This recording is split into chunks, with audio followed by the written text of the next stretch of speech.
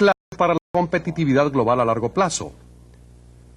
Al final de cuentas, estamos hablando ahora de competitividad en una nueva economía global en donde los mercados son internacionales y donde cualquier organización tiene la posibilidad para hacerse multinacional. En su obra intitulada La Corporación Virtual, William Davidov y Michael Malone ofrecen esta observación. En los años venideros, las diferencias marginales en la habilidad que tenga una organización para incorporar, distribuir, almacenar, analizar y defender tareas de manejo de información determinará quiénes serán los ganadores y perdedores en la gran batalla de seguir conquistando clientes.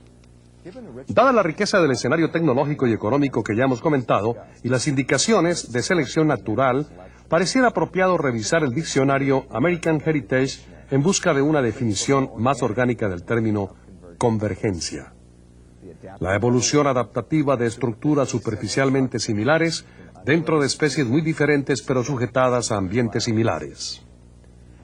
Las ciencias naturales nos aportan así una metáfora ideal. Las telecomunicaciones y el transporte de la información no son menos darwinianos que los sujetos biológicos.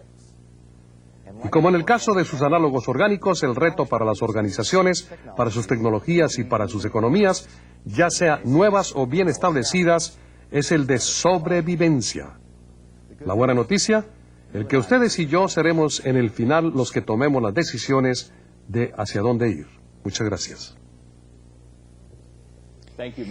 Muchas gracias, señor Lennox. Empecemos ahora la primera sesión de preguntas y respuestas. Trataremos de contestar la cantidad de preguntas, tantas cuantas nos sea posible. Les pedimos que hagan una pregunta por llamada y que sean lo más breve posible. Pueden llamar directamente al estudio a los números que aparecen en su pantalla y les recordamos que hagan su llamada a una distancia del monitor para evitar la interferencia de sonidos. Nuestra primera llamada nos viene de México, del Instituto Tecnológico de Nogales, Sonora.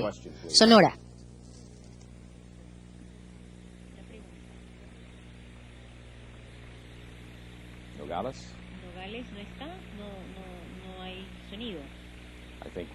Creo que hemos perdido la llamada de Nogales. Tenemos una pregunta que nos ha llegado por fax. A ver, vamos a llegar ahora a Saltillo, México. Adelante su pregunta.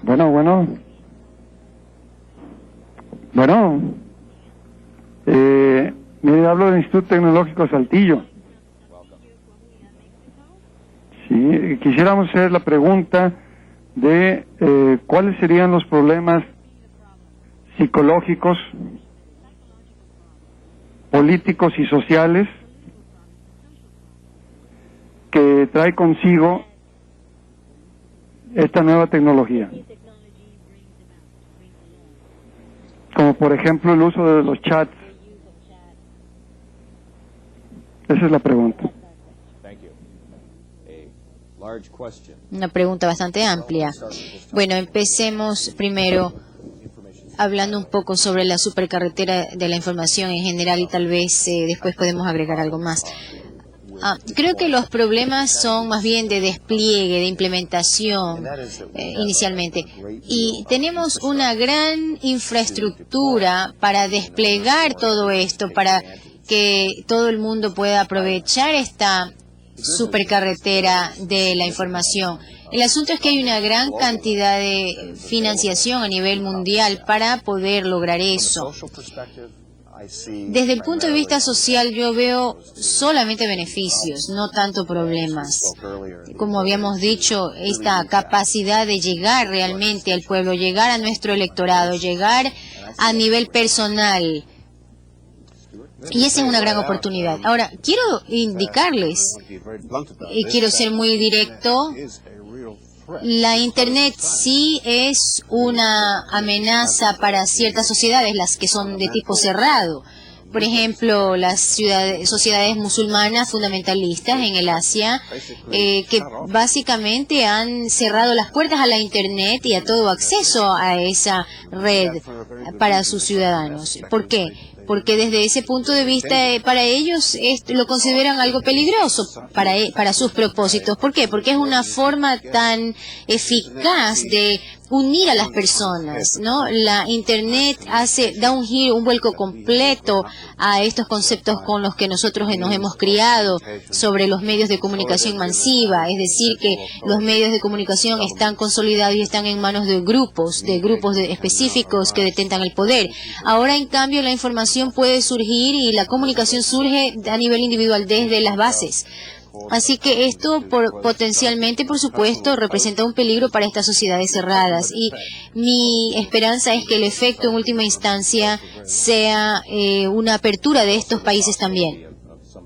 Siempre hay una posibilidad de un comportamiento un tanto adictivo, es decir, que la gente como que se aficiona demasiado a la Internet, así como se aficionan a la televisión, ¿verdad? Muy bien, bueno, tenemos otra pregunta, una que nos llega de Brasil, de KTV Comunicaciones, Río de Janeiro. Adelante, bienvenidos.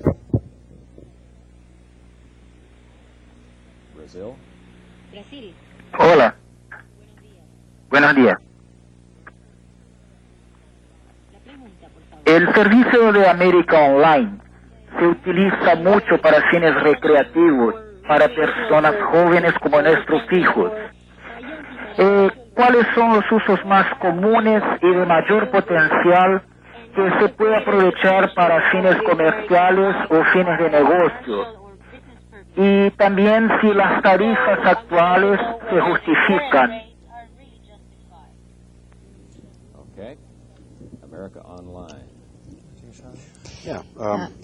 Bueno, como van a ver ustedes en mi presentación, a continuación, mi empresa participa en un proyecto muy interesante en este momento que entrega información en paralelo a la World Wide Web y a America Online. Aunque mi preferencia personal cuando hago yo investigación es la web, porque me acomodo más con ella. Pero America Online es sumamente eficaz y es una forma muy eficaz y central para diseminar y divulgar información. Por supuesto, hay potencial inmediato para los negocios que ya se está utilizando. Además, un suscriptor de los servicios de America Online inmediatamente ya en primer lugar recibe un saludo comercial y por supuesto pueden las personas, los que hacen la publicidad en ese espacio pagan por supuesto por hacer la publicidad.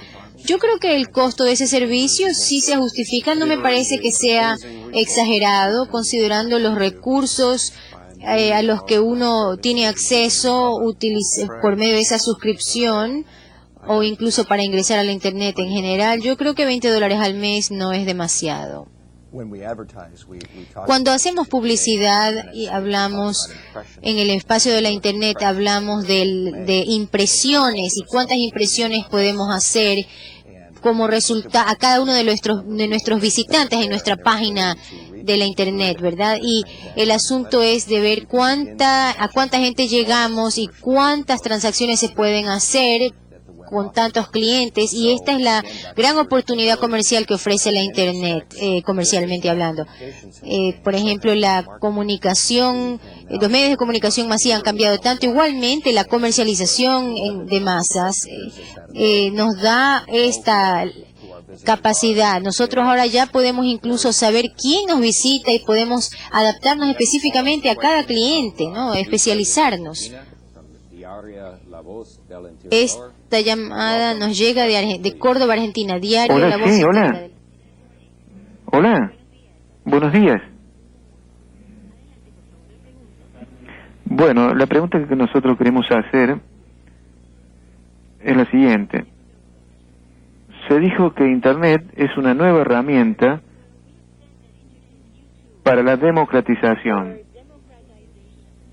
pero en Latinoamérica los elevados costos de las telecomunicaciones y de los insumos informáticos, así como los problemas presupuestarios de la educación estatal, hacen que el acceso a la web sea solo para una pequeña franja de la población.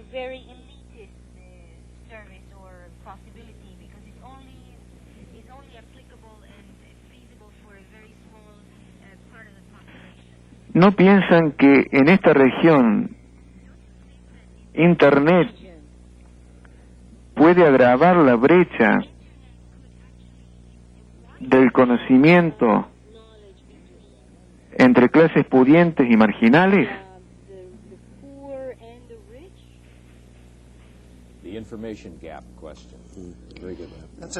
Muy buena su pregunta, es muy interesante. Me gustaría luego verla de esta manera y luego hablar sobre el nivel de la infraestructura. Y creo que su pregunta es muy puntual. Lo interesante es que existe un deseo muy grande de invertir en el continente americano y en el mercado latinoamericano en general. Hay una serie de empresas muy grandes que ya están trabajando en asociaciones comerciales y con las empresas que son los que ofrecen servicios en Internet en los distintos países. Esto quiere decir que hay una inversión y hay un interés en realizarlo, y de esta manera la economía de mercado, como sabemos, va a hacer que bajen los precios del acceso a la Internet. Y así que por supuesto que es una situación de élite por el momento, pero es una situación temporal, porque a medida que se va a inyectar dinero a estas regiones y la situación mejore, esto poco a poco se va a eliminar. Quiero agradecer al señor de Argentina por esta pregunta, me parece muy adecuada. Yo participé en una forma muy pequeña en la conversión del sistema de televisión argentino de color en 1981, me parece, o 1980, y tuve la oportunidad de visitar su país y disfruté muchísimo esa visita. Y yo sé lo que usted está diciendo cuando se refiere a la dificultad de acceso de los pobres, de la clase marginada, y cosas que nosotros damos por descontado aquí en San Diego, para ellos por supuesto es un lujo. Yo no soy tan optimista como mi colega aquí. Yo creo que este es un problema bastante considerable, porque sí se está desarrollando una diferencia entre los que tienen y no tienen acceso a la información. Hay un deseo bastante grande de parte de los gobiernos democráticos y quienes buscan que se establezca estos medios en las aulas escolares, y eso me parece a mí muy positivo. Esta llamada nos llega de México, del estado de Cuautitlán. Adelante, México, su pregunta. Sí, bueno. Sí, buenos días, señor Hal Lennox. Desde su particular punto de vista, ¿sería tan amable de comentarnos cuál es el requerimiento mínimo de un equipo de cómputo?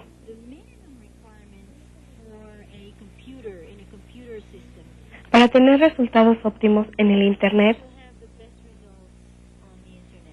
y en el World Wide Web. Gracias.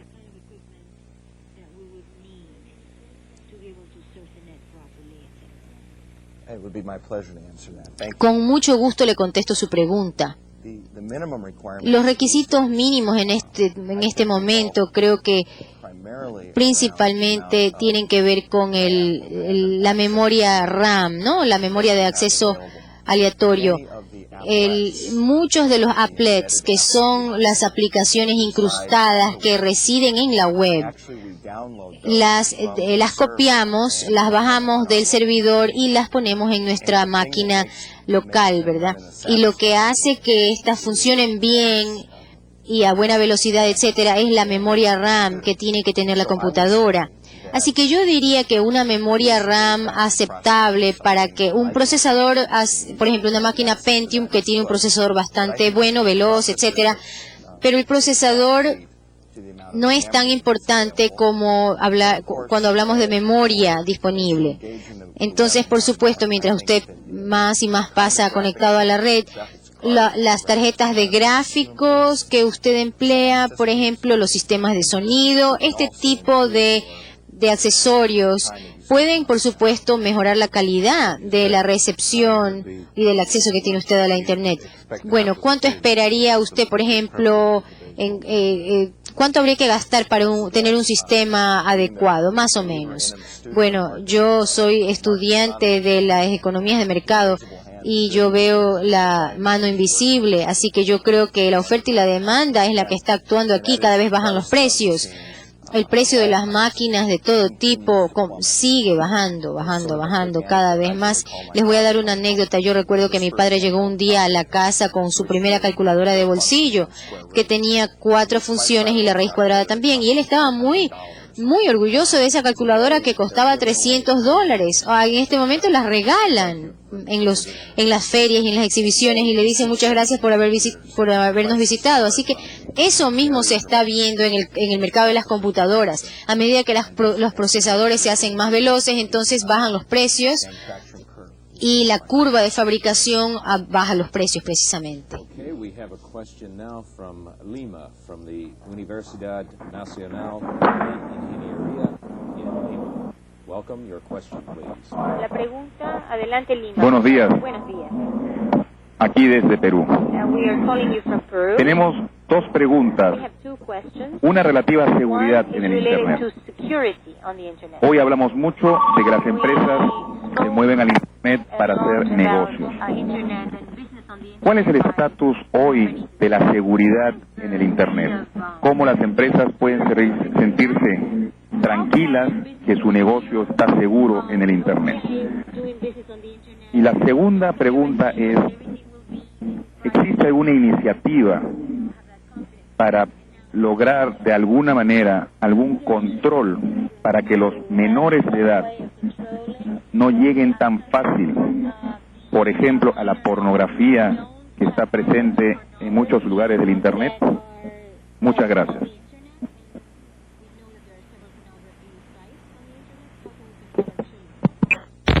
Two questions. Take your pick. 2 preguntas. Bueno, voy a empezar con la primera pregunta. Y yo me encargo de la pornografía después. Muy bien, yo lo dejo a usted que se encargue de eso. Muy bien, le voy a hablar sobre el tema de la seguridad.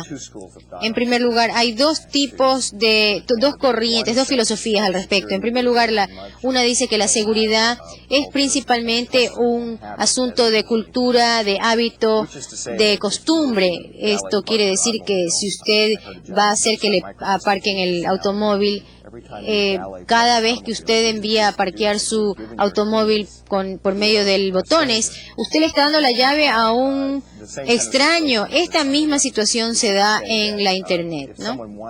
Si alguien quiere información, la puede obtener. Hay muchísimos dispositivos de seguridad, incluyendo lo que se llama la encripción, la codificación y decodificación. Y la segunda pregunta sobre la pornografía, quiero decir que personalmente creo que las familias son los primeros que deben controlar o los que deben controlar a los niños y a los menores. Por supuesto, yo sé que mucha gente considera que debe haber algún arreglo más formal y por supuesto existe tecnología para evitar que los niños, o sea, por ejemplo, que haya algún código indicando prohibido para tantos o restringido el acceso para menores de tal edad, etcétera, etcétera, o un código donde se indique cuál es la categoría de este material allí y entonces ciertas páginas no serían accesibles a ciertas personas que no dispongan del código secreto para acceder. Y esa tecnología existe ya. Esta pregunta nos llega de la Universidad Central de Venezuela. Y por lo menos que quede registrado, ¿no? Sí. Aló, buenos días. Sí. Bueno, muchas gracias por la oportunidad que le dan a la universidad. Que le dan a la Universidad Central de Venezuela. Tenemos 2 preguntas en una. ¿Cuál es la tendencia de costos en productos y servicios a través de Internet? Y con respecto al copyright o derechos intelectuales de los países participantes que contemplan en Internet, que se contemplan en Internet. Sí, muchas gracias.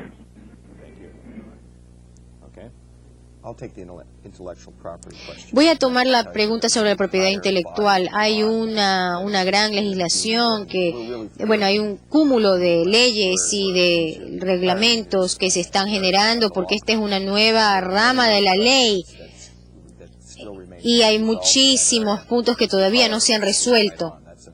Así que su pregunta es muy actual. No estoy seguro si usted escuchó bien la pregunta.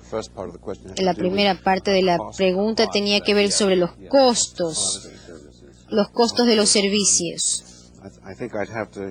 Creo que tendría que volver. ¿Me podría dar detalles sobre su pregunta para poder contestarla? Tal vez podríamos dejarlo para después de un momento. Elabore un poco más la pregunta. Ahora nos llega una pregunta del Instituto Tecnológico de Nogales, en Sonora. Buenos días. Mi nombre es Mario Estrella, del Tecnológico de Nogales, y agradezco también la oportunidad que nos da la Universidad de San Diego. Mi pregunta específicamente es, ¿cuáles son los trabajos específicos que se están haciendo en México de alta velocidad a la red, disponibles tanto a empresas como particulares? Por ejemplo, ¿qué tipos de conexión y en qué tiempos se van a dar estos?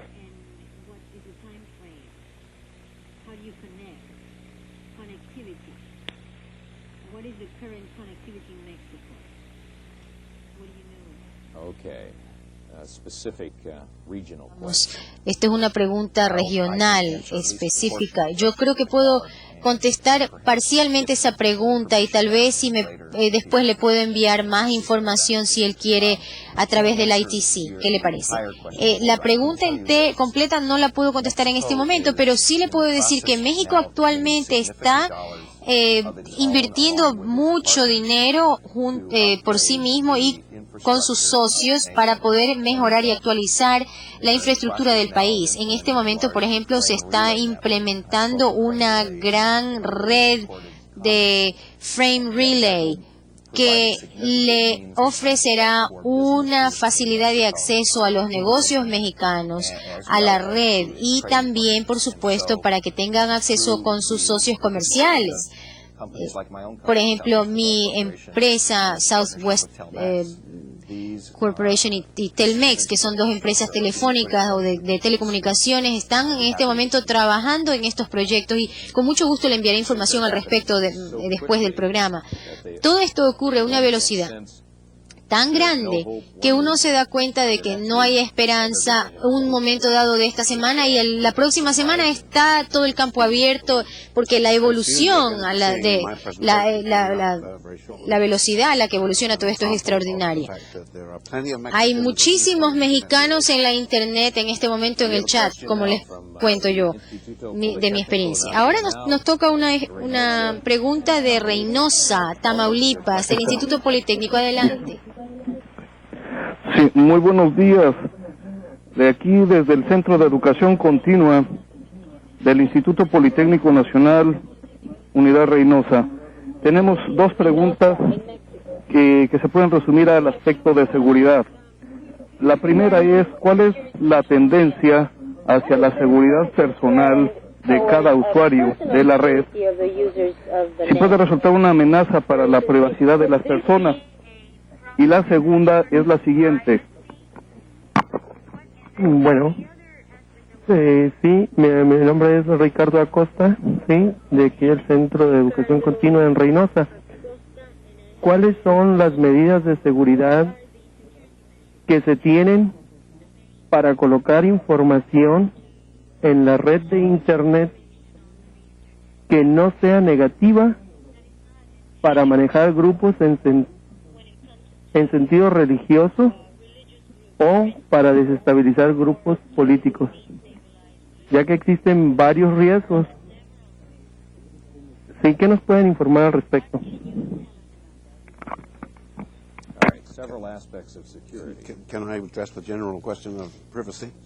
Bueno, vamos a hablar primeramente de la privacidad.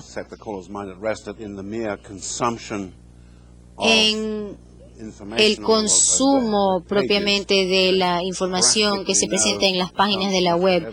Prácticamente no hay forma de que lo identifiquen a ustedes personalmente. De hecho, es posible, y mi compañía hace trabajo en este campo, de que cuando uno se conecta, cuando hace login, se conecta y entonces visita una página, por supuesto ahí se imprime cierta información de quién es la persona, pero no pasa de la dirección electrónica. Pero si usted se mete al foro, al chat, entonces ahí es muy fácil que la gente se encuentre su dirección electrónica. En el primer caso no, pero en el segundo sí, en el chat sí.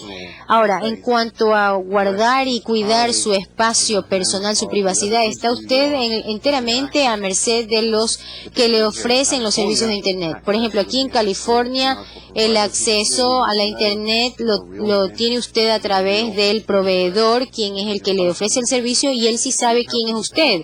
Ese proveedor tiene sus datos personales. Ahora, usted no debe permitir que nadie que tenga su dirección electrónica que pase al proveedor a solicitar los datos personales y los detalles, por ejemplo, su número de teléfono, de seguridad social, su dirección, etcétera. Y de hecho, aquí en América hay un debate acerca de si la policía tiene o no acceso a esa información. Y la FBI, por ejemplo, sí podría obligar al proveedor de servicios del Internet a que les diera esa información, pero no puede el proveedor dársela a nadie más. Bueno, aquí también tenemos que estas preguntas revelan las preocupaciones que tenemos los usuarios en general y el público, porque es un tema muy amplio y podemos hablarlo desde todos puntos de vista, desde el punto de vista del usuario personal, así se da o no una contraseña, una clave, y por supuesto uno no da la clave, pero este tema de claves es un tema muy amplio. Creo que el doctor Cárdenas tal vez puede organizar alguna conferencia para más adelante sobre estos temas. Y tenemos que hablar también sobre el uso de los servidores de seguridad, que son una especie de barrera, como que este es el obstáculo principal y que es el que detenta toda esta información, que nosotros no queremos que se divulgue a personas que no tengan autorización para ello, o a nuestros competidores. Así que hay toda una industria que se está generando precisamente alrededor de todo lo que es esta barrera contra incendios, digamos, o de acceso a la seguridad, estos obstáculos, barreras de protección, precisamente sobre los temas de seguridad y de protección de la información. Y ahora,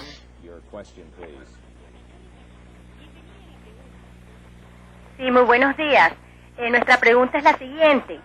¿Cuál es la importancia del entrenamiento en la implementación de estas nuevas tecnologías?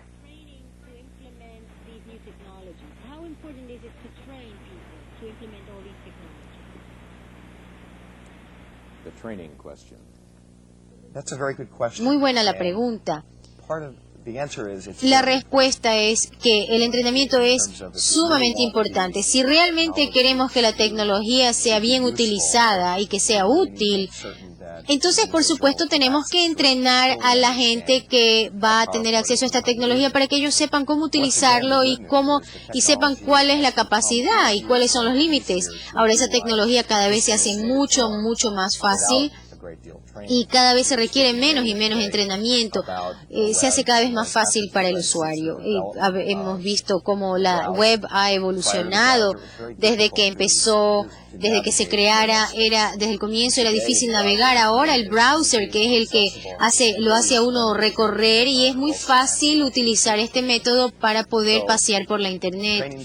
Y como ustedes ven, la capacitación es importante, pero también esa capacidad y la habilidad para asimilar la tecnología cada vez se facilita más y más.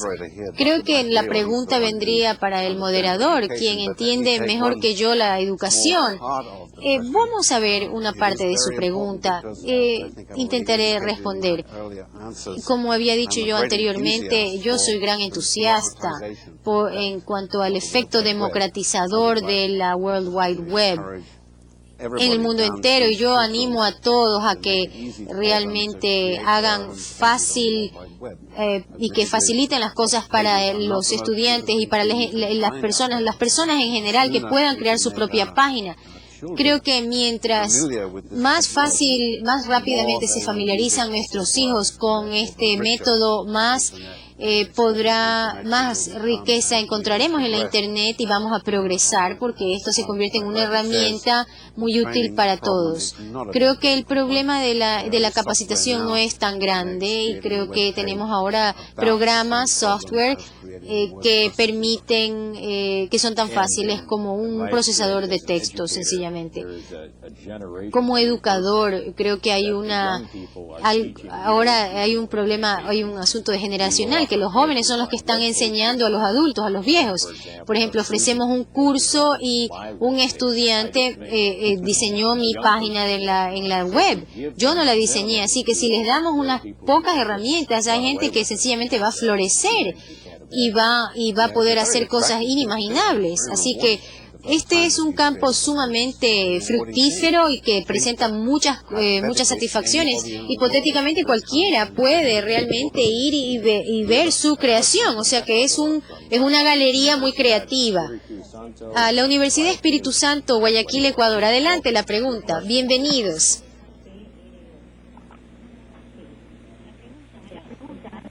¿Aló?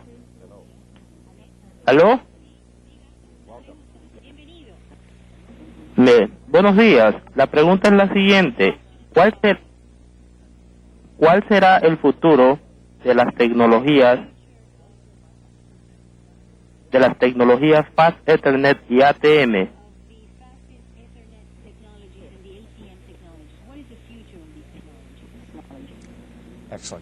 Excelente su pregunta, muchas gracias. Voy a ver si la entendí bien. ¿Cuál es el futuro de las tecnologías Fast Ethernet y ATM?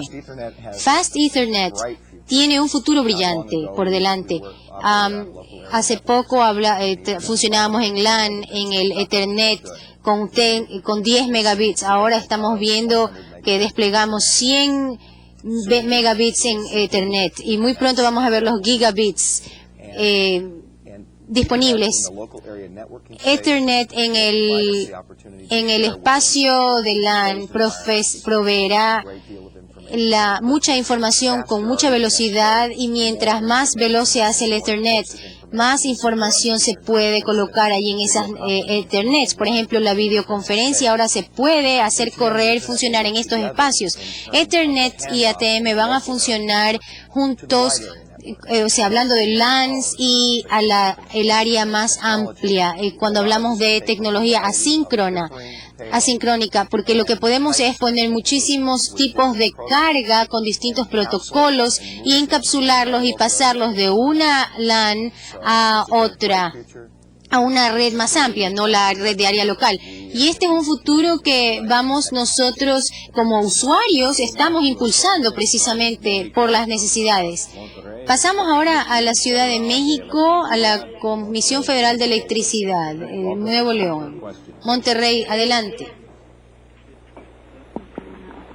Bueno, mi pregunta es esta. Hablo de Monterrey, Nuevo León. ¿Cuál es el conductor más eficiente para enviar voz, datos y video en este tipo de enlaces? Gracias.